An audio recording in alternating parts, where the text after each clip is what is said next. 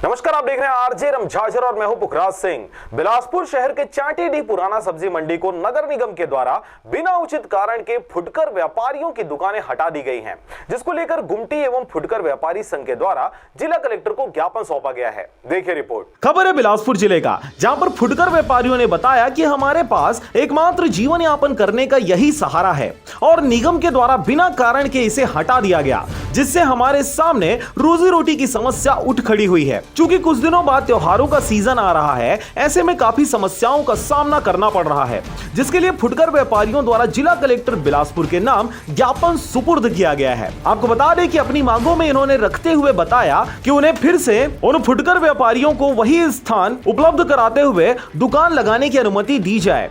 फुटकर व्यापारियों ने बताया कि कोरोना काल से उनका कमर टूट गया है, ऐसे में निगम के द्वारा हमारी दुकानें हटा दी गई हैं, जिस कारण भुखमरी की नौबत आ गई है। ऐसे में हम सभी फुटकर व्यापारी लोग जिला कलेक्टर को अपनी समस्या से अवगत करवाकर उन्हें पुनः व्यवस्थित ढंग से व्यवसाय करने हेतु आवेदन सौंप रहे हैं।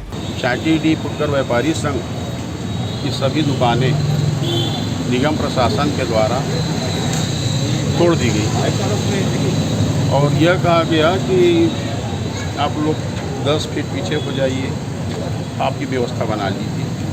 उसके बाद 10 के बाद 15 फीट के बाद में ऐसा कि नहीं हम यहाँ रहने ही नहीं देंगे, आप लोग को हटाना होगा।